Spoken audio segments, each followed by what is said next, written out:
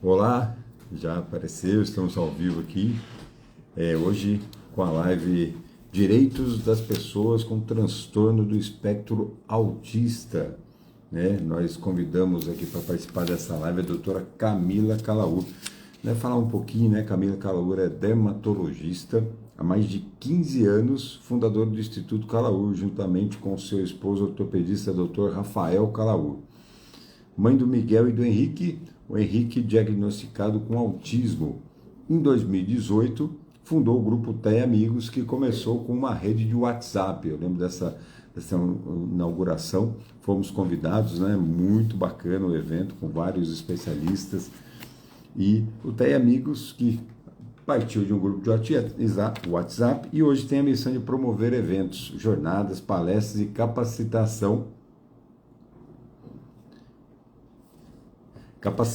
de familiares e profissionais a fim de levar conhecimentos e conscientização sobre o autismo.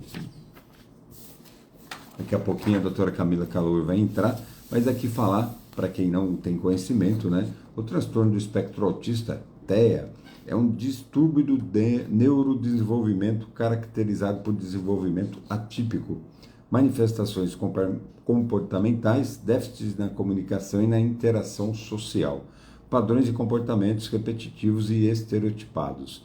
O transtorno do espectro autista, o TEA, é uma condição que acomete de 2 a 3% da população e compromete a socialização, linguagem e interesse de indivíduos em 3 graus diferentes: leve, moderado e severo.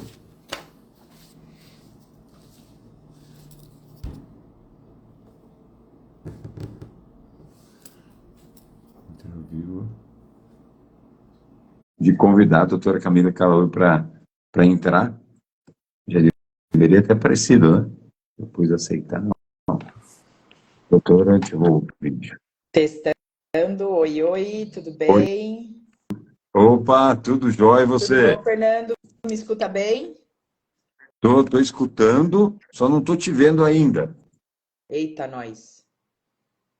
E agora, hein? Ali. Voltando. E Jóia, eu agora? que já me mostraram aqui que você está na metade da tela, mas vamos começar a fazer aqui, Eu te fazer esse vejo e você pede período aqui. assessoria aí aos universitários. Ah, maravilha. Tudo bem com você? Tudo ótimo, naquela correria básica de mãe. Tem Nossa jeito. Senhora, não é fácil, né? O dia precisava ter umas 30 horas, mais ou menos. Olha, e hoje era um dia desses, mas a gente sempre dá um jeitinho para falar desse tema que é tão importante, né?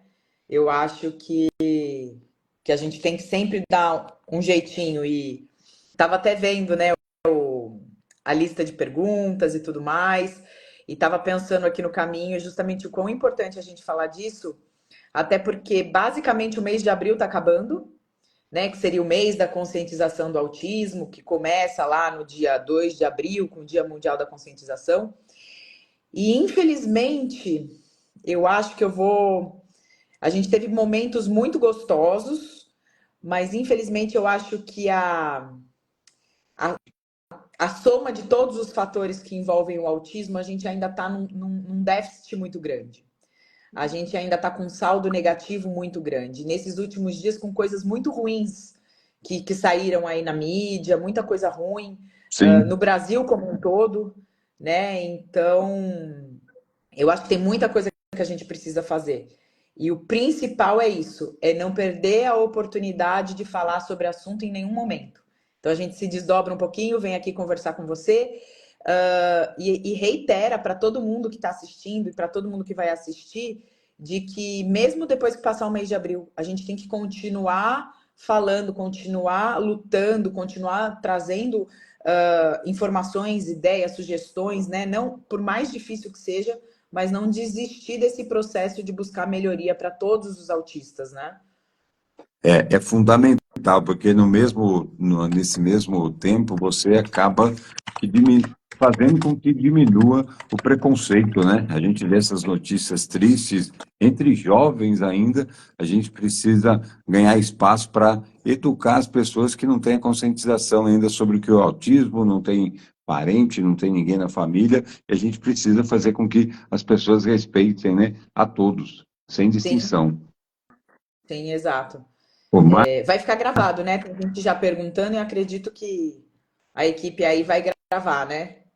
sim, vai ficar gravado, sim. Então tá ótimo, E o porque pessoal se interessa muito, né? Bacana, bacana que já teve essa pergunta de ter interesse, né, do que a gente vai falar aqui, e é positivo, a gente vai deixar gravado.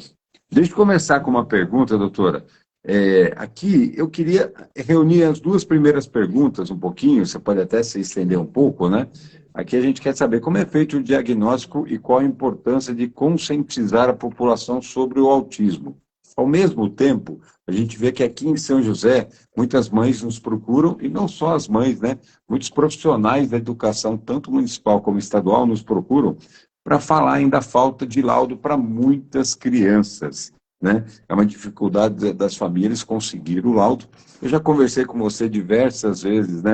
Um desejo, um sonho é que a cidade de São José dos Campos pudesse fazer um mutirão para minimizar, né, essa fila tão grande, né, com profissionais adequados, e como falar um pouquinho, né, muitas pessoas não sabem, como a cidade de Porto Alegre, não, de Porto Velho, em Rondônia, que faz a Semana do Fecha Laudo, que é uma ideia de mutirão. Queria saber um pouquinho sobre o diagnóstico, qual que é a importância e como que a gente poderia organizar um mutirão. Eu sei que é muito grande, mas eu acho que aí teria que ter vontade do poder público, né? Mas você poderia fazer um pouquinho esse caminho. eu acho que assim,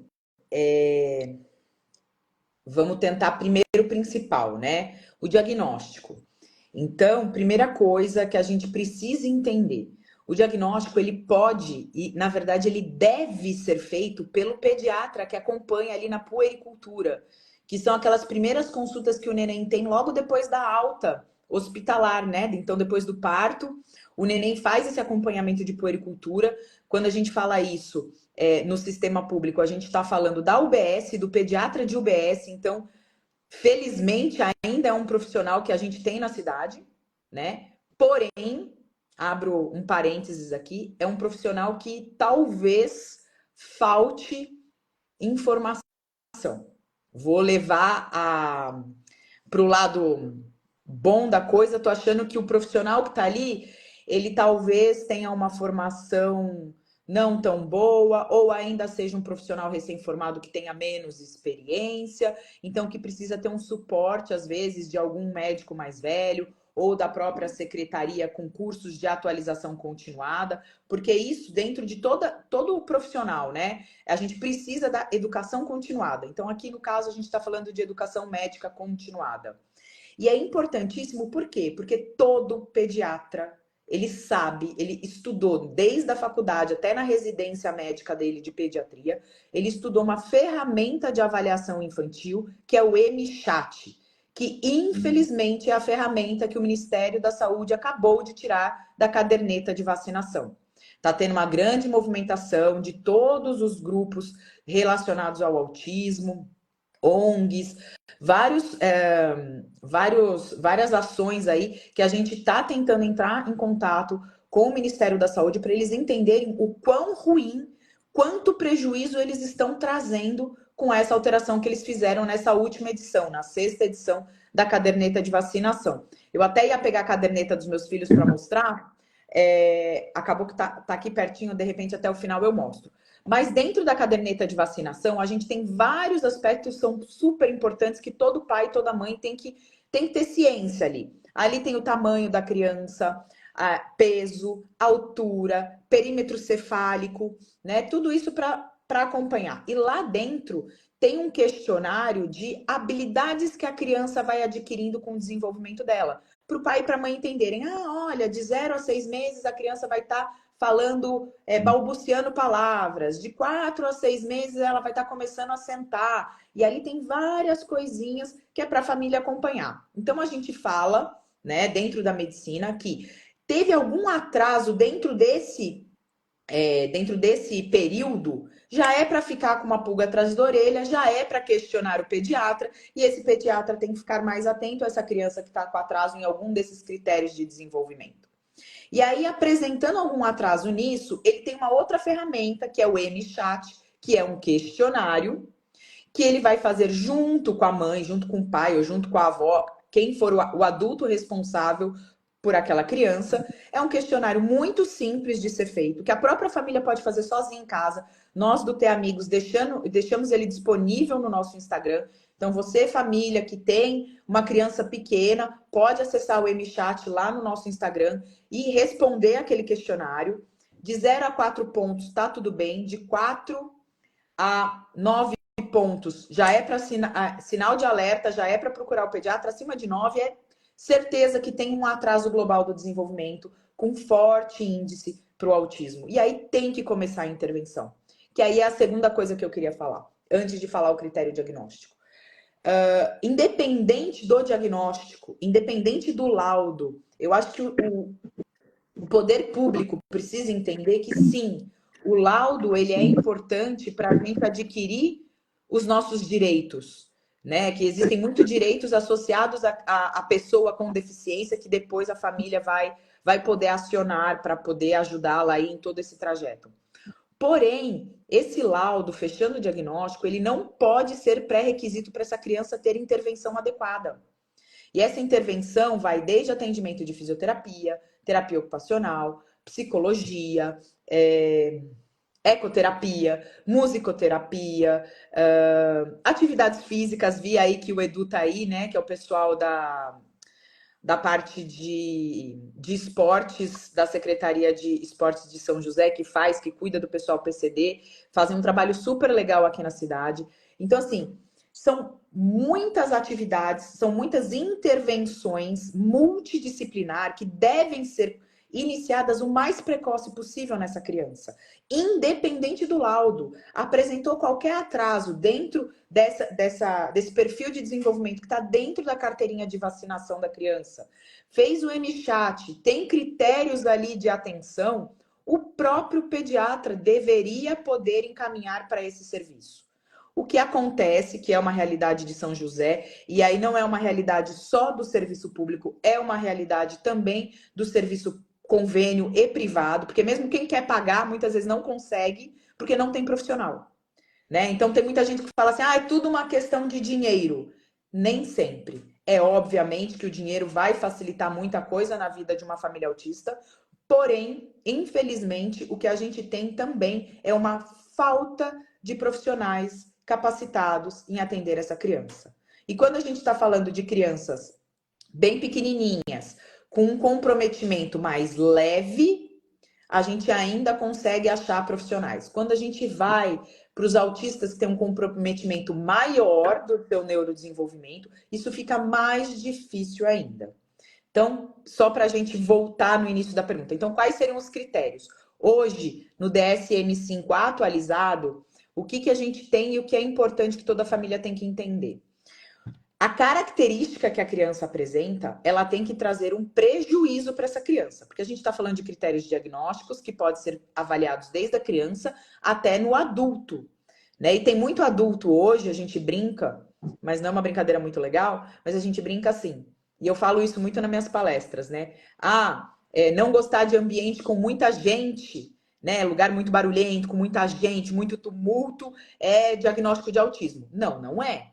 Tá? A gente tem que entender. Eu brinco que eu falo assim, se você me colocar numa micareta lá em Salvador, no meio daquela bagunça, eu vou entrar em crise, eu vou ficar desesperada, eu vou odiar o lugar e vou querer sair correndo. Agora eu sou uma corintiana roxa. Se você me colocar lá no Itaquera, no meio da torcida do Corinthians, eu vou amar. Então não existe característica que seja seletiva. Meu filho não gosta de barulho no lugar X, mas no lugar Y ele gosta. Não. Então, quando a gente pensa nessas características que a gente vai falar do autista, ela tem que estar presente em qualquer situação e ela tem que estar numa intensidade tão grande, que traga prejuízo para essa pessoa, para esse indivíduo. Porque a característica vai começar na infância e vai percorrer ao longo de toda a vida. Quanto mais cedo a gente entrar com intervenção, mais a pessoa, o indivíduo vai se adaptar a essas características, vai conseguir suportar essas questões. Quanto menos ela tiver intervenção, mais difícil vai ser até a vida adulta. Então, aquele adulto que tem uma característica e fala assim, eu não... Vamos pensar assim, eu tenho uma rigidez, né? Uma rigidez cognitiva. O que que é isso? Eu gosto das coisas sempre do mesmo jeitinho.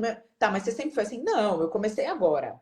Então, vamos ficar de olho, que às vezes não é um autismo, às vezes é o desenvolvimento de um transtorno obsessivo compulsivo. Então, a gente tem que ter muito cuidado com todos esses quadros de neurodesenvolvimento. Por quê? Porque a gente está também no milênio da doença mental. Né? O mundo hoje, né, mídia digital, o mundo acelerado, com tantas pessoas, com tantas informações, hoje a gente tem um comprometimento da nossa saúde mental e do nosso comportamento muito grande. Então, tem muitas pessoas que acabam fazendo um diagnóstico, às vezes, equivocado. Mas, bora lá que eu gosto de falar e acabo falando muito. Então, diagnóstico tem que ser feito o quanto antes e, ao contrário, de novo, do que a organização, do que o Ministério da Saúde colocou, que o diagnóstico do autismo é feito só após os 3 anos, isso é mentira. Isso é mentira. Hoje já se sabe, a literatura já mostra que a partir dos 6 meses já é possível diagnosticar crianças com autismo. A idade média, 18 meses, 1 ano e meio, é a idade média para um bom profissional. E é óbvio que entra aquilo que a gente falou. O profissional ele tem que se capacitar. Ele tem que estudar. Obviamente que um recém-formado hoje, ele vai ter dificuldade de fazer o diagnóstico, mas quanto mais ele estudar, mais crianças ele avaliar, com o tempo ele vai pegando a mão de fazer esse diagnóstico. Mas em média, 18 meses, 1 ano e meio, a gente já consegue fazer esse diagnóstico. As características têm que estar presentes, tem que trazer prejuízo, e o principal delas é algum atraso da fala. Então, tem que olhar lá na cadernetinha de vacinação e ver se a criança já está balbuciando, se ela já fala pequenas palavras. Muitas vezes tem muita mãe, né, que fala assim, mas meu filho fala. Mas aí a gente tem que ver a idade da criança e se essa fala é uma fala que a gente chama de funcional. Né? Então, às vezes, a criança fica repetindo frases de desenho. Olha como ele fala bem, ele fala um monte de frase de desenho, mas fala totalmente desconexo. Né? Você está conversando com a criança, sobre o que você quer? Ai, filhinho, vamos brincar de casinha? E ele fala assim, tá chovendo lá fora. Não, mas eu tô falando, vamos brincar de casinha? E aí ele repete, sei lá, let it go, fala uma frase de desenho. Ele tá falando, mas é uma coisa desconexa. Então, não é uma fala funcional. Então, atraso de fala é uma característica que tem que estar presente. Contato visual, né? O olho no olho. E aí a gente sempre fala que o importante é olho no olho. Esse olho no olho, muitas vezes, ele acontece. Né? A mãe fala, não, mas ele olha no meu olho, ou ele olha assim. Só que assim, mãe, é um olhar sustentado? Quando você está conversando com ele mantém esse olhar o tempo todo? Ou ele olha um pouquinho e já desvia? Ou às vezes tem muita criança que olha de rabo de olho, né? É aquele olhar que tá meio para baixo, olhando aqui assim, né? Então a mãe fala, mas ele me olha. Mas é aquele de canto, assim, né? Então não é um olhar de qualidade também, né? E outra característica que é muito importante, que são essa rigidez e os movimentos estereotipados, que são as estereotipias. Pode ser movimento mais comum, mais famoso, balançar a mão, bater palminha, pular, correr, mas pode ser um movimento repetitivo vocal. A criança pode fazer barulhos, ou dar gritinhos. Então, ter um movimento ou uma fala repetitiva, que são as estereotipias. Isso também tem que estar presente. E hoje, no DSM-5, eles dividem a classificação do autismo em essas características presentes no indivíduo com deficiência intelectual e sem deficiência intelectual. Que, na verdade, a deficiência intelectual entra aí como uma comorbidade. Então, é uma característica também do neurodesenvolvimento que vai vir junto com o autismo. O que diferencia isso na grande maioria das coisas? A maioria dos autistas sem deficiência intelectual, eles vão girar em torno num nível de suporte entre 1 e 2, vão conseguir fazer um acompanhamento e desenvolvimento escolar um pouco melhor e tem uma chance, desde que feito adequadamente as intervenções, eles têm uma chance maior de desenvolvimento e independência na vida adulta, né? Quando a gente fala de pacientes, né, de crianças que, além dessas características, então, além do autismo, vão ter deficiência intelectual, eles vão ter uma dificuldade maior. Então, normalmente, podem ser de nível de suporte 2 e 3, vão precisar de mais mais intervenção, mais horas de intervenção e vão ter uma chance menor de serem indivíduos independentes e produtivos. Porém, uma coisa não exclui a outra. Então meu filho tem deficiência intelectual, ele nunca vai ser independente? Não. Ele pode chegar a ser, mas talvez o trabalho seja mais difícil. O que a gente precisa colocar aqui no diagnóstico, que é importante também, é que assim, a gente fala muito sobre autismo, se vê bastante coisa sobre autismo hoje na mídia digital, porém muito sobre o autismo nível 1 de suporte, que é o que acaba acontecendo, que é onde a gente entra com o sofrimento de todas as famílias. Porque assim, mas ele consegue ir para a escola, mas ele consegue andar de ônibus, mas ele tem outras dificuldades. Ele tem dificuldades de entender a relação social, ele tem dificuldades, às vezes, de se comunicar com relação às suas emoções, e isso vai trazendo prejuízos, principalmente na fase do adolescente, que é a fase pior do bullying, né? Então, assim, quando a gente vê essas histórias tristes de bullying, e infelizmente, muitas vezes levando a agressões físicas e às vezes até a óbito, muitos não, grande parte desses autistas são autistas nível 1 de suporte e que a parte cognitiva tá boa, porque ele tá conseguindo acompanhar a escola de uma forma ou outra, com suas adaptações quando necessário, porém esse social dele é muito difícil. E aí os adolescentes não sabem respeitar isso. E aí entra esses grandes problemas. Mas falando sobre diagnóstico, é basicamente isso. Então, pais e mães, observem a caderneta de vacinação. Se tiver atraso, tem que procurar o pediatra. Se infelizmente for um pediatra que não tem experiência, aí a gente vai lançar mão do neuropediatra ou do psiquiatra infantil. Mas eu acho que a gente tem que quebrar esse tabu de que só o neuro faz diagnóstico, só o psiquiatra faz diagnóstico. Não. O pediatra do posto, ele pode sim suspeitar, e independente de ser pediatra, neuropediatra ou psiquiatra infantil, eles vão precisar de outros profissionais para fazer o fechamento de diagnóstico para o planejamento terapêutico. Então, quando a gente conversa, né, que eu sempre falo para você, vamos pensar numa questão de mutirão. Qual que é a grande complexidade do quadro? Não adianta só o médico olhar. E o médico não vai conseguir olhar em uma única sessão, né? E aquele médico que olhou na primeira vez, ele vai precisar aí uma média. Vamos pegar um quadro simples, né? Aquele quadro é o que eu falo, bem escrachado de autismo. Aquele autismo nível 3, aquela criança que não fala, que se balança, que se bate, que se morde. Essa criança que eu brinco que até o leigo hoje sabe fazer o diagnóstico, né? Então essa é uma criança fácil de diagnosticar. Então o pediatra vai olhar, vai ver e ele consegue fechar o diagnóstico.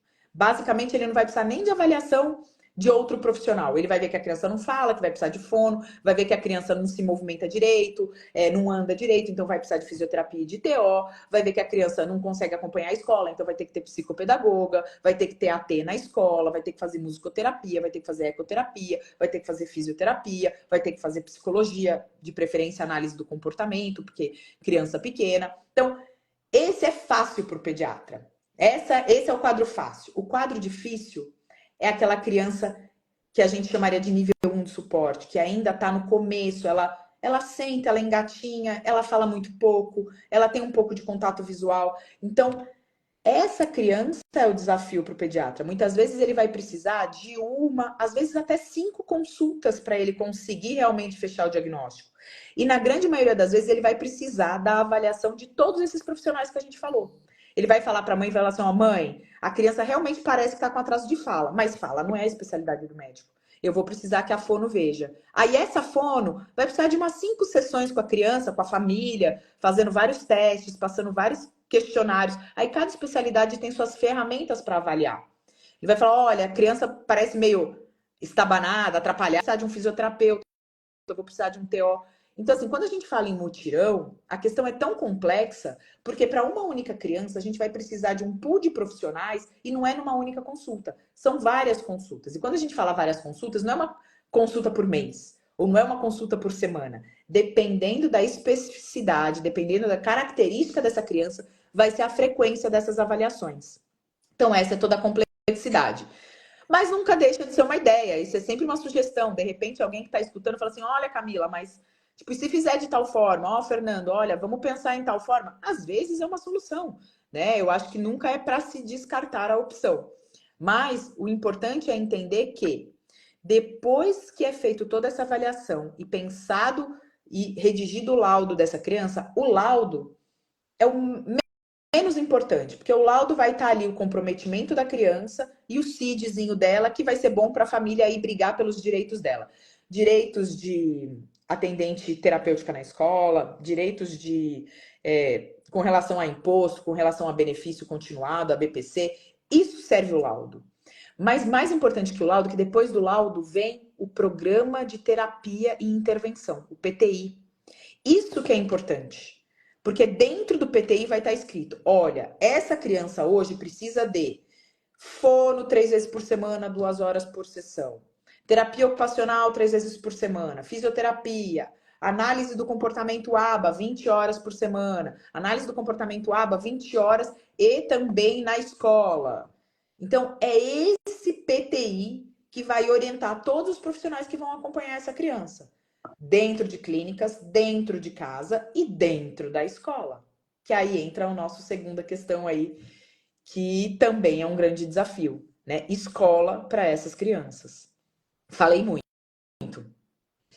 Não, Nossa Senhora, falou, ficou longa a resposta, mas deu para entender muito bem, por mais que eu já faço políticas públicas, né, favorável ao autista e seus familiares, aqui na Câmara Municipal, nós criamos juntamente com a vereadora do Cerrito, o vereador Marcão da Academia, a Frente Parlamentar em Defesa da Pessoa com Autismo. Ouvir você e outras pessoas especializadas assim faz toda a diferença. A gente engrandece um pouco. E dentro do que você falou, algo que eu pensava, mas enxergando de um modo diferente. Você falou da atualização do profissional, especialização e capacitação. Esse seria um caminho até para amenizar um pouco toda essa falta de laudos aí para muitas crianças, e não é só a rede pública, né? Aqui a gente fala um pouco de rede pública, mas também, às vezes, o convênio, como você falou, né? Dinheiro ajuda? Ajuda, mas às vezes não é tudo, né? Não é o caminho. Então, que a gente pudesse, né, através de alguma associação, mostrar para a prefeitura, a gente já solicitou uma capacitação para que mais profissionais dentro da rede pública possam fazer o laudo, mas esse é um caminho interessante, né, doutora? Sim, muito, muito importante. A gente, assim, até vou jogar aqui uma sugestão que foi dada lá dentro do grupo do WhatsApp mesmo por mães, né? E isso já existia e eu já participei, inclusive. Ah, não, minto, foi na Prefeitura de São Paulo. Mas, inclusive, existe um programa que eu fazia dentro da Prefeitura de São Paulo, que era para fazer a avaliação da saúde ocular, né? Porque a gente tem muitas doenças também dos olhos e a questão de óculos. E o que ia acontecer? Eles montavam equipes multidisciplinares para fazer a avaliação dentro da escola. Então, dentro da escola, a criança vai estar, né? No caso, seria, eu acho que ali desde o começo, dentro das creches, né? Ter um programa de fazer avaliação. Fazer uma avaliação do neurodesenvolvimento dessas crianças a partir do momento que elas vão para a creche, ou a partir do momento que elas vão para o primeiro ano.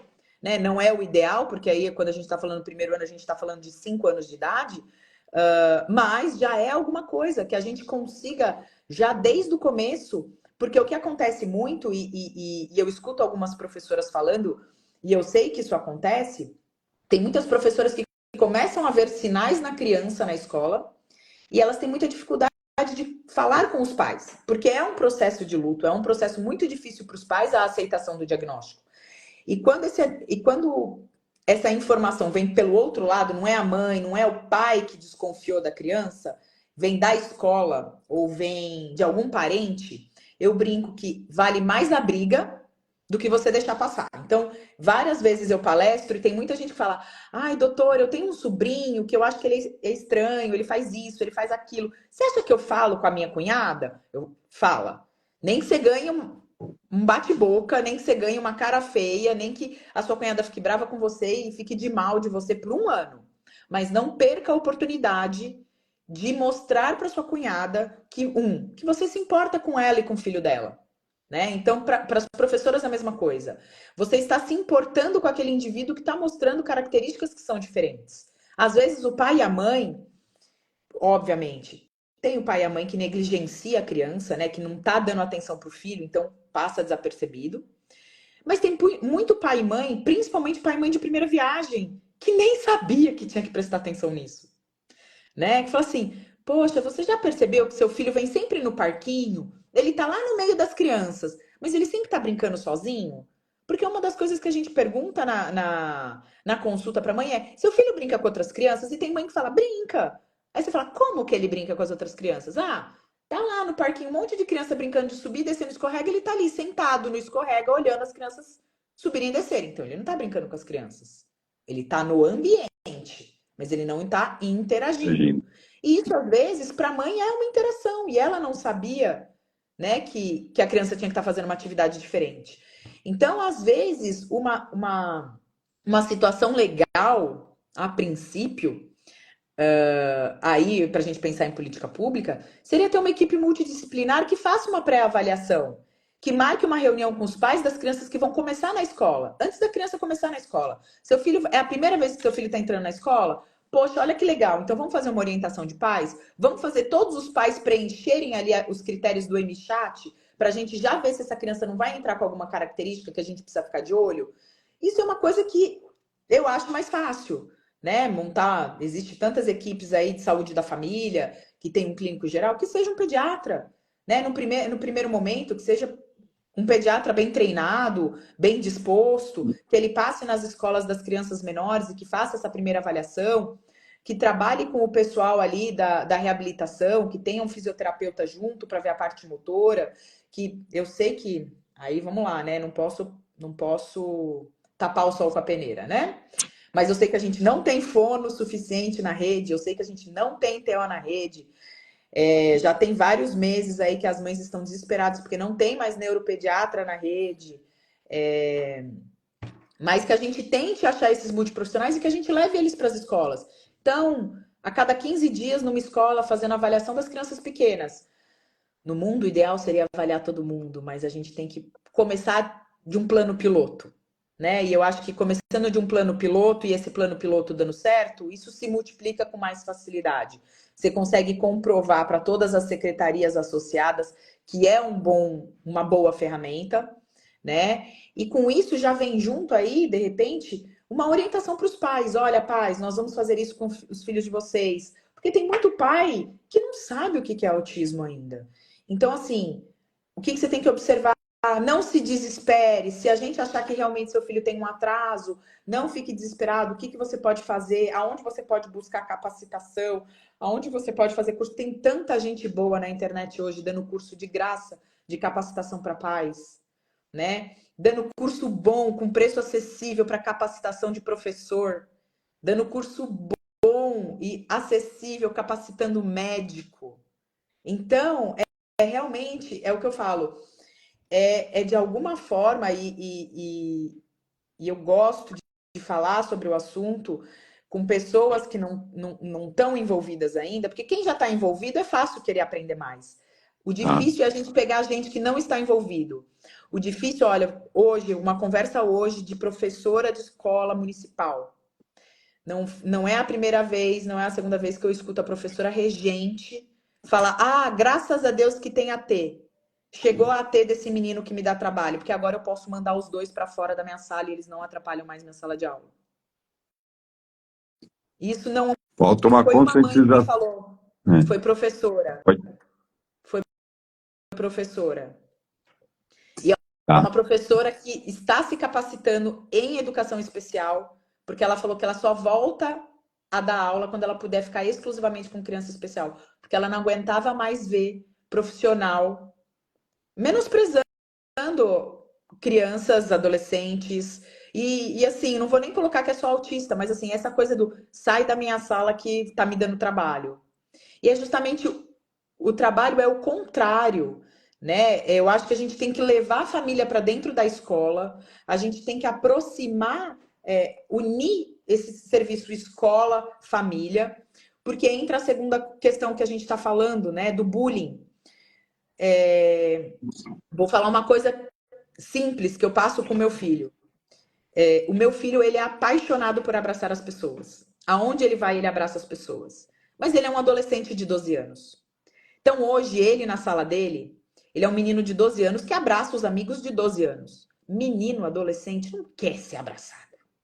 Menino, adolescente, quando chega um outro homem abraçando, já fica, ai, moleque chato, ai, sai daqui. Já que Mas a turma do meu filho já sabe que isso é uma característica dele. Por quê? Obviamente, porque meu filho está há 3 anos na mesma turma, porque a gente traz os meninos para conviverem aqui dentro de casa, porque a gente já conversou com os meninos em várias oportunidades. Então, por que não trazer essa mãe do Joãozinho da Silva, da Mariazinha Pereira? Ó, a Mariazinha Pereira vai começar nessa sala aqui. A mãe ir lá no primeiro dia de aula e conversar com os pais, conversar com os alunos, conversar com os pais desses alunos. Olha, a minha filha, Mariazinha, ela é autista. E ela é autista e ela gosta de cantar, ela gosta de gritar, ela gosta de pular e explicar todas as características desse autista. Porque ninguém é obrigado a saber a característica de um autista. E um autista é diferente do outro. E quando a gente explica para todo mundo, a gente tira aquela estranheza de, ele é um cara esquisito, ela é uma menina estranha. Não, vamos colocar as características de todo mundo. E algumas vezes, quando a gente já fez atividades com crianças, e eu falo porque eu fiz uma atividade pilota com a turma do meu filho, e eu começo brincando assim: qual que é a sua característica? O que você gosta de fazer? E é isso. O autista ele vai ter características diferentes, ele vai ter coisas que ele gosta de fazer, coisas que ele não gosta, coisas que ele tem dificuldade, como qualquer um outro ali da sala. Então, eu acho que quando a gente quebra essa bolha de que, nossa, tem um autista aqui nessa sala. Não, tem mais um menino aqui nessa sala. Só que ele vai requerer algum olhar especial. Então, vamos conversar todo mundo aqui, olha, qual que é essa característica, o que ele vai precisar ter de especial. Porque, por exemplo, o que acontece hoje na sala de aula? O meu filho, ele tem uma tolerância boa para barulho.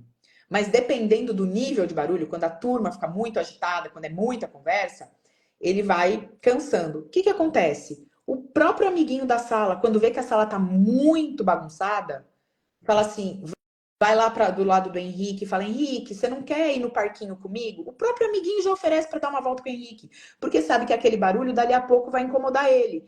Então, se a gente pudesse ter essa interação, ter essa troca de informação, família e escola, já seria um ganho, assim, mas eu acho que violento de grande. Obviamente que eu não estou nem chegando aqui em falar em AE, professor especial, AT, que também não tem no estado, não tem no município, não tem no particular. É difícil, muito difícil. Desde ter um bom profissional capacitado, desde ter todo o processo público aí para conseguir, né? Você sabe, vocês tiveram essa conversa aí ultimamente, na última reunião da frente aí, né? Sim, sim, é complicado, mas quando você fala da interação, né, de pais com os alunos, explicando, né, o filho é autista, a gente remete um pouquinho às rodas de conversa, né? A Exato. Clau Leite Antunes entrou aqui e falou, né, disso. Não é Sim. fácil pegar todos os É comentários, né? Mas aqui eu complicado. consegui ver. E a gente já tem projeto aprovado em São José dos Campos, né? Logo depois das primeiras reuniões da Frente Parlamentar na Câmara Municipal, a Secretaria de Educação, vendo como era, né, o formato aqui de ouvir os pais, né, tanto que eu falo, todas as ideias que saíram do meu gabinete foi de ouvir algum pai, né, alguma mãe pedindo para a gente levando para que pudesse virar lei. E a roda de conversa serve muito para isso, né? Se a prefeitura abrisse essa questão, e até os colégios particulares, né? Ia falar Sim. professora, tanto a gente está falando de educação, mas doutora Camila, é fundamental aproximar, educar os jovens, né? Eu acho que trazer essa aproximação é fundamental. E você falou uma coisa que é muito importante, né? Eu acho que vou até pedir licença, eu não vi se o pessoal entrou, mas a gente tem o pessoal do SOS Autismo que tem um projeto que já foi apresentado mais de uma vez para os vereadores sobre uma casa-dia ou uma clínica para adolescentes, que a gente também não tem na cidade. Eles têm um projeto estruturado muito bacana, que eles foram fazer visitas em Santos, em outras cidades, que são coisas que a gente precisa. Então, eu acho que o fundamental, eu acho que o primeiro passo é isso que você colocou. Eu acho que vocês, enquanto vereadores, vocês têm que escutar. E o que a gente pede, por mais que a gente entenda que o processo é moroso, que dependa de todas as instâncias do poder, não só da Câmara, né? Mas aí vai para a secretaria, vai para prefeito e algumas coisas para Estado, tudo isso. Mas assim, O que a gente precisa é que algumas coisas saiam do papel e que comecem a serem concretizadas. Talvez, pensando aqui nesse tempo entre a gente agendar a nossa live, né? E no Sim, fim, a gente teve problema de saúde, não conseguiu no dia inicial e conseguiu para hoje. E nesse período eu acho que foi muito bom, porque o que eu acho? Vou deixar aqui até por conta do nosso tempo, mas sim, eu acho que assim, escutar é muito importante, mas pôr em prática é o que vai realmente fazer a diferença. A gente não quer mais só ser escutada enquanto família. Eu abro aqui uma licença de representar as famílias que estão no meu grupo, que se utilizam do serviço público. Eu não me utilizo do serviço público. Eu escuto e tento ajudar quem depende desse serviço. Mas é um serviço que hoje não tem médico, não tem profissional multidisciplinar, não tem escola, não tem atendente terapêutica, não tem transporte. Mais do que isso, não tem informação. A informação, ela é perdida, é uma informação misturada. Então, para uma família, é dado o benefício do Uber. Para outra família, com os mesmos critérios, é negado o serviço do Uber. Para uma família, é dado um AT na escola. Para outra família, que a criança tem 2 anos mais velha, na mesma escola, é negado essa AT escolar. Então, o que acontece? O que as famílias se sentem? Elas se sentem totalmente desesperadas, desamparadas, desassistidas, porque o que se vê é quem chora mais, quem grita mais, quem mostra mais o seu desespero, às vezes consegue alguma migalha. O que a gente escuta é que muitas mães não têm nem a oportunidade de chorar a sua dor, porque ela não pode deixar o filho sozinho, né? Então, assim, não sei, não consigo pensar agora numa solução. A gente já conversou sobre isso, né? Eu acho que São sim, José tem um passo bastante. à frente por ter a frente parlamentar.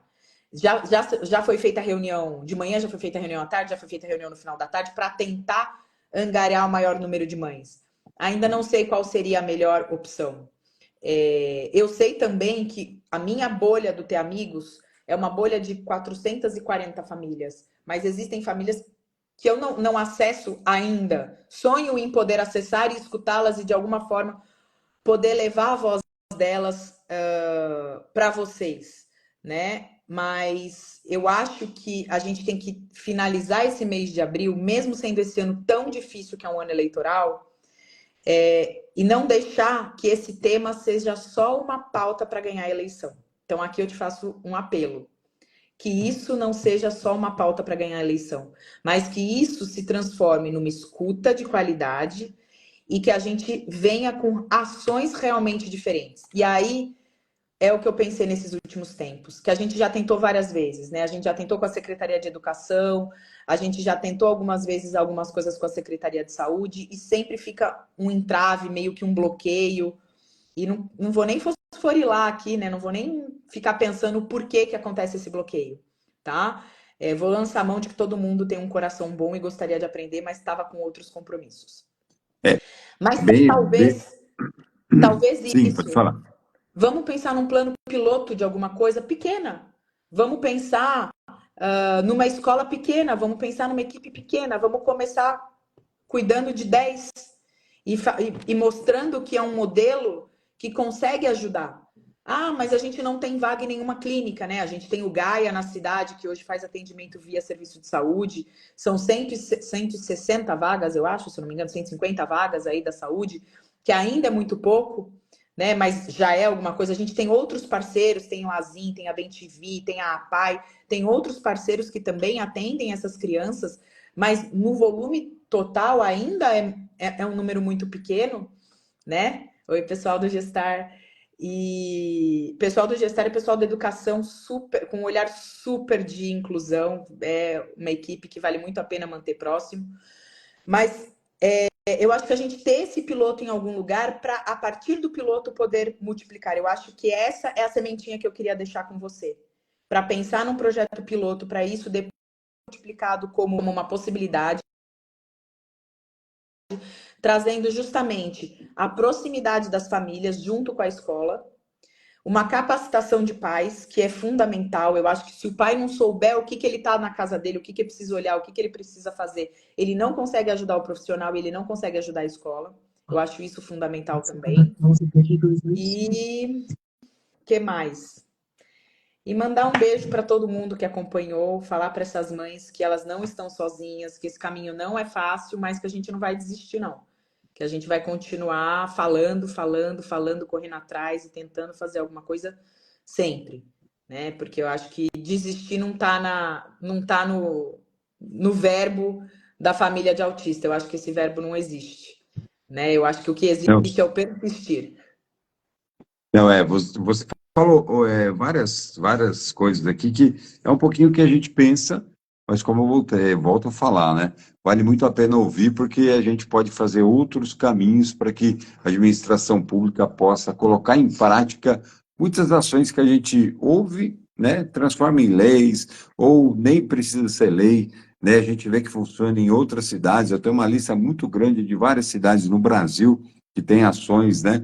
Diretamente para os autistas e seus familiares. Você falou algo muito importante, né?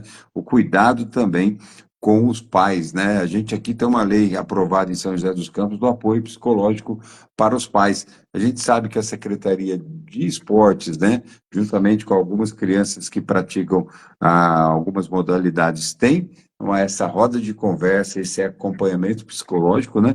Mas por que não fazer, né, em uma escala maior? Aí E tem, esses Tem que ser caminhos que, maior, porque hoje os pais que têm são os pais que já estão alojados em algum lugar, ou sim, no esporte, ou dentro dessas instituições que fazem atendimento. E aquele pai que ainda está numa fila de espera, ele está desamparado, ele nem isso tem, né? Então eu acho que a ideia de trazer ele para a escola e essa roda de conversa acontecer realmente numa escola e essa capacitação tá ali dentro, eu acho que, querendo ou não, gente, metade do nosso dia, da nossa vida de infância, a gente vai passar na escola. Então, tem que trazer mais para perto do nosso dia a dia esse ambiente escolar. maravilha. Eu vou também divulgar depois, você falou de vários caminhos que disponibilizam capacitação gratuita, né? Boa, Sim. uma qualidade boa e gratuita. Eu conversei esse ano também, na cidade de Curitiba, tem uma capacitação para os pais, né? Aprenderem ABA. Sim. É, a gente está tentando trazer para São José dos Campos, não diretamente com a administração pública, que até agora não sentiu uma abertura ampla para que a gente pudesse fazer algo na prática, e vale salientar, né? Não adianta ela parar para fazer algo pensando em eleição. Acho Uhum. que é difícil ouvir, né, isso de um político. Acho que você tem que se interessar por diversos assuntos, né? A realidade da sua comunidade, independente de resultado de eleição ou não, né? A gente já atua há muito tempo com as Na pauta. políticas públicas de autismo e outros assuntos, e a gente torce sempre para que, principalmente o executivo, né, quem é candidato pelo executivo, faça acontecer, faça colocar em prática algumas ações, a capacitação, né, capacitação até dos profissionais que já estão na rede pública, né, de saúde, até de educação, Uhum. e fazer com que esse atendimento cresça muito, né? Assim, até completando algo que você falou, e eu recebi uma pessoa hoje no meu gabinete, ela passou essa ideia, né, do médico destinado para as escolas, o médico destinado para a Secretaria de Educação, que é um pouquinho do que você falou. A gente não tem uma rede muito grande de profissionais capacitados, mas quem sabe começar ali com o médico destinado, em 15 dias, faz um mapeamento Sim. das escolas que precisam mais, e a gente começar com um trabalho que, com certeza, começando desse modo, vai crescer, né? A gente tem que entender que vamos colocar a realidade em números, né? A gente está falando de uma cidade de 700 mil habitantes.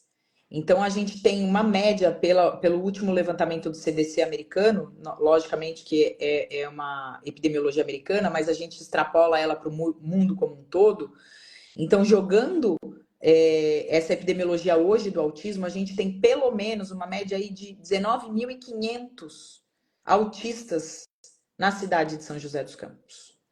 São José dos Campos tem 2.000 carteirinhas de autistas feitas pelo programa da carteirinha da Secretaria de Apoio Social, Sim. né? Cadê os 17.500? Lógico que não são todas crianças, a gente está falando no número total, estimado, de autistas, Sim. a gente vai ter autistas de todas as idades, mas é um número muito grande de pessoas, é uma população muito importante, é uma população que vai aumentar. A gente está falando de uma população que, se não tiver intervenção adequada, se não tiver orientação adequada, a gente vai estar aumentando o índice de suicídio, doenças mentais, internação hospitalares, moradores de rua, idosos que não têm aonde ficar, que não têm mais família. Ou seja, a gente está comprometendo um orçamento público muito maior do que se a gente realmente focar naquilo que é importante, que é a intervenção. Né? Se a gente fizer o diagnóstico precoce, fizer a intervenção de forma adequada, a gente vai diminuir todos esses números. Vai diminuir o número de suicídio, vai diminuir o número de internações hospitalares, vai diminuir o número de usuários de droga, vai diminuir o número de moradores de rua, vai diminuir números de idosos que vão precisar de casas para ficarem, porque... E aí, quando o pai e a mãe morrerem, onde que vai ficar esse autista adulto que não tem mais família? Então, a gente fala muito de autismo, a gente foca muito nessa questão de intervenção precoce, mas a gente tem que lembrar, enquanto, né, a gente está falando aqui de políticas públicas, que não é uma pessoinha que eu estou vendo aqui só, eu tenho que olhar a cidade como um todo. Então, se eu não focar na cidade, se eu não trabalhar essa criança o mais precoce possível, lá na vida adulta ela vai me dar muito mais gasto, porque todo mundo fala, mas é porque é muito caro fazer tudo isso. Não é muito caro. É muito Muito mais barato caro perto do que depois, você né? vai ter que pagar depois o preço. E não vai ser barato. E não vai ser fácil. Né? Pô, Vão ser bem, pessoas que não vão ser pessoas... A gente sabe que 40% dos autistas não vão ser pessoas produtivas. Não vão ser pessoas independentes. Ou seja, não vão ser pagadores de impostos. E aí? Além de gastar com eles, você não vai estar mais arrecadando. Por quê? Porque você não cuidou deles quando era criança. Senão eles poderiam estar sendo produtivos. Então a gente a grande oportunidade que todos tem que merecem, né? quebrar esse... eu acho que assim, não tem que ter vergonha de falar sobre isso, não tem que ter vergonha de cobrar, não tem que ter vergonha de falar do que realmente é a realidade dessas famílias. É muita coisa que precisa mudar, muita coisa. Mas eu acho que o importante é não desistir de conversar, de ir à luta, de trazer ideias, de trazer sugestões. Novamente é o que você colocou, né? Eu acho que vocês já foram atrás de muitos serviços que são de excelência, são exemplos. Então, assim, a gente não precisa inventar a roda. A gente pode copiar do amiguinho do lado, porque tem muita coisa boa acontecendo. Sim, Tem muita coisa ruim também. E aí a gente tem que aprender com os dois lados. fundamental, né? Copiar quem está dando certo. Antes de te fazer a última pergunta, que seria o encerramento, agradecer a sua disponibilidade. Como você falou, poderia ter sido antes, mas acabou acontecendo hoje. Agradeço muito. E assim, a gente, quando conversa, né? Nós conversamos muito já em reuniões, e agora nessa live daria para durar um tempão, porque tem assunto, e dali também surgem ideias para que a gente possa não só solicitar a Prefeitura Municipal, mas também para comércios, né, os particulares. E lembrando um pouco, te conheci numa live, né, da OAB, Sim, que eu sim. fui convidado um dia antes, encontrei o presidente da OAB, ele me convidou para a live, eu falei, opa, vou participar com o prazer. Nos conhecemos, aí você veio com a ideia da Sala Azul, a Calm Zone, na época, né, Sala da Conchego, que tem nos 3 grandes shoppings em São José dos Campos, o Laboratório Oswaldo Cruz também já tem, né, na sua sede, e a gente fica muito feliz. Surgiu uma ideia que a gente trouxe uma conscientização para os grandes comércios de São José dos Campos, que depois disso também se capacitaram, criaram outros, né, Outras benefícios ações. para os autistas familiares, e é de conversar, trocando essas ideias. E na outra ponta, ter a vontade de fazer, né, sendo administração pública e sendo também o particular, o bem privado, o importante é que a gente vai construindo uma São José dos Campos cada vez mais inclusiva. Uhum. Mas, como eu te falei, vou fazer a última pergunta e agradecer a participação de todos. Eu vi muito a participação da dona Aurora Guerço, falando da neta que é autista. Na escola dela tem em torno de 50 autistas. Ela também ela se colocou à disposição da escola para falar um pouquinho da neta dela, essa ideia que você deu. Na época não foi aceita, né? Infelizmente, é uma pena, mas o plantar a semente, né? Plantar a semente dessa aproximação aí da família. Eu falo muito disso, né? Mas ouvindo você falando também me despertou algumas outras ideias, né? A aproximação, porque uma das coisas que eu ouvi muito dentro das reuniões da frente parlamentar, né? Muitos pais, tanto na hora de se apresentar ou também individual comigo, falando assim, a gente se sente sozinho, né? Esse sozinho é que não tem alguém para ouvir, não tem alguém para fazer com que ele participe do dia a dia, principalmente na educação, que é fundamental para essas crianças e jovens, mas a gente ainda, como você falou, né? Não vamos desistir. E aí eu queria aproveitar nessa sua fala de não desistir, que você deixe uma mensagem aí para os pais e familiares dos autistas que você tanto trabalha e aí criou, né, a sua teia de amigos, e daí só vem crescendo e a gente ainda vai ver São José dos Campos sendo uma cidade inclusiva. Vamos buscar isso sempre, juntos com todos aí que têm abraçado a nossa causa, a nossa luta. Eu quero para os pais justamente essa sementinha, que é o que eu sempre falo em toda palestra. Não perca a oportunidade de falar com autismo com aquela pessoa que está do seu lado. Saiba que por mais doloroso que seja o nosso dia, por mais difícil que seja a nossa luta, a pessoa que está do nosso lado, ela não conhece essa realidade. E a gente precisa passar a informação para o outro, para ele poder nos entender. Ele nunca vai sentir as mesmas dores que a gente. Mas quando a gente consegue conscientizar uma pessoa, a gente está ganhando um aliado nas nossas dificuldades do dia a dia. A gente está ganhando um aliado que no momento que você vai numa padaria, num supermercado, não vai mais te olhar com um olhar estranho. Então, eu brinco que assim, mesmo naqueles momentos que a gente tem vontade, assim, de português bem claro, dar um murro na cara da pessoa porque ela te olhou torto, ou porque ela deu uma frase assim, nossa, mas por que tá na fila de preferencial? Eu brinco. Você quebra aquela pessoa sendo educada e amorosa, explicando o que é o autismo. Não perca essa oportunidade. Seja em qualquer lugar, pode ser o lugar mais esquisito, pode ser na fila do banco, pode ser na padaria, pode ser no supermercado, pode ser num parquinho. Não perca a oportunidade. Pode ser uma criança, pode ser um adolescente, pode ser um adulto. Mas sempre que você tiver oportunidade, fale a respeito do autismo. Porque a gente não pode achar que também o mundo é obrigado a saber sobre o que a gente vive. Eles podem até ter escutado falar, mas saber o que é só quando ele escutar alguém contando a sua realidade. Eu brinco porque fazem muito paralelo, né? De que a saúde mental e o nível de estresse de uma mãe de autista é maior do que de um militar que foi para a guerra. Se você nunca foi para a guerra, você não sabe o que é estar numa guerra. Então, você pode até olhar e falar assim, nossa, deve ser difícil. Mas assim, você nunca vai saber. Você vai conseguir ter um leve entendimento quando algum soldado sentar do seu lado e contar. Sabia que eu não dormia? Sabia que eu ficava 48 horas sem dormir? E quando ele começar a contar a rotina dele, aí que você realmente vai entender sobre o sofrimento de estar numa guerra. Então, se você quiser saber, se você quiser que as pessoas te ajudem a guerrear a sua guerra, explique para elas com carinho e com amor, sempre que você tiver oportunidade. Mas você não está sozinho. Você tem o Ter Amigos, você tem o SOS Autismo, você tem milhões de instituições em São José, em São Paulo, no mundo. Use a ferramenta digital, esse aparelhinho aqui, essa internet, para o que é bom. Não se afunde em histórias e em momentos ruins. Tem muitos momentos ruins, tem muitas dificuldades na vida do autista? Tem. Mas não se prenda a elas. Busque pessoas que sejam inspiradoras de superação. Lá no Ter Amigos, a gente sempre posta muita gente muito autista, que é influenciador digital, que tem...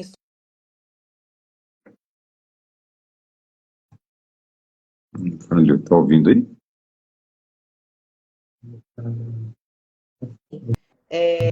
Busque coisas boas para se fortalecer e continuar nessa caminhada, porque ela vai durar para sempre. Vai ser muito difícil, mas com certeza você vai ter momentos que serão emocionantes, cheio de amor e que vai valer cada minuto do seu esforço. Isso. Maravilha, obrigado, obrigado por esse tempo. E obrigado a vocês nova... pelo tempinho, pelo espaço. Não, e aqui, ó, só no final, Bru.Belmar, dá vontade de chorar ouvindo suas palavras, mas é para fortalecer, né? Mas pode Chora, chorar, eu mas falo para as mães, fortalece. pode chorar, entra no banheiro, chora 10 minutos, sai e começa de novo. A gente chora todo dia quase, não tem problema não. E ganha Isso aí. força E ganha novamente. força Obrigado, novamente, faz parte. obrigado, viu? Obrigado, doutora Camila. Obrigado você, E, como obrigada a você todo falou, mundo que entrou. desistir Continuamos jamais, né? juntos. Vamos Maravilha. continuar conversando. Um grande abraço. Tchau, boa noite para todos. Boa noite. Tchau, tchau. Boa noite e até a próxima aí, que a gente possa fazer uma live o quanto antes. Um abraço.